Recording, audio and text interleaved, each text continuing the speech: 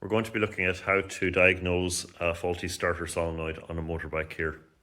This bike, whenever we press the starter button, we can just hear a click from around the solenoid area.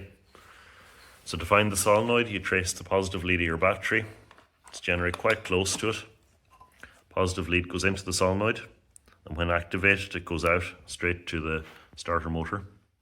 And there'll also be a connector with 2 or 3 wires, and it goes up to the switch. To verify the wiring between the battery, the solenoid and the starter motor is good and that the starter motor works, we can bridge the 2 large contacts with a spanner or a screwdriver. If the connector plug on your solenoid has 3 or more wires, the thicker wire, the red one in this case, is the power going to your ignition.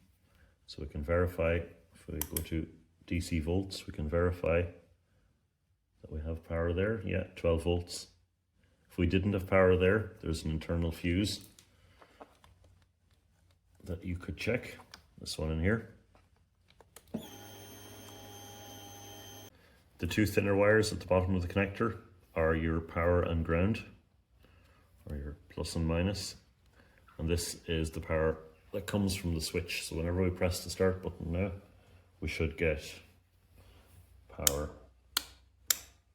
Yeah, we're getting 8 volts there, which isn't great. This battery is a bit soft, but it's enough to verify that the wiring between the switch is okay. The last thing we're going to check is the primary side of the coil. We're going to check the resistance of the coil. It should be a low number, a couple of ohms, 5.2, around 5 ohms, that's perfect. So that means the coil is actually working, it's engaging the solenoid. However, the contact that bridges these 2 points is probably burnt out. So we're going to pop on a new solenoid.